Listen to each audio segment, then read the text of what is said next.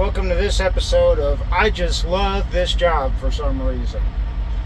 And today we're going to learn how to hang, my secret technique on hanging these oversized wide load mirrors, whatever you want to call it.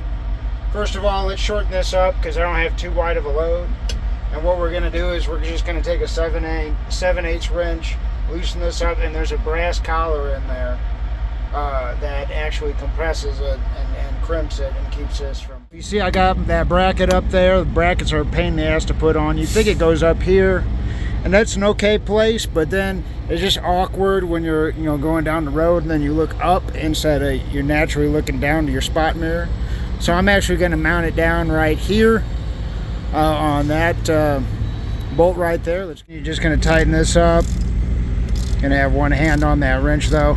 But what you want to do is on this particular one, you want to put the mirror mount on the top. That way it's close to this mirror bracket, and you'll see why here in just a little bit. And there's a little grounding wire, and make sure that has good contact because that's what they use for the heating element and to adjust this mirror. I mentioned these brackets. You put them down here, but all this wiring here, it's kind of a pain in the ass. And I also mentioned this bracket.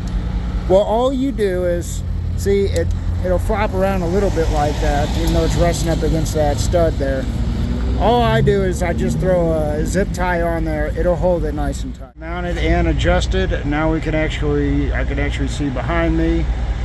And as I told you, we got that zip tie on there now, just holding that up. And the bolt, and that's all it takes to install these oversized mirrors.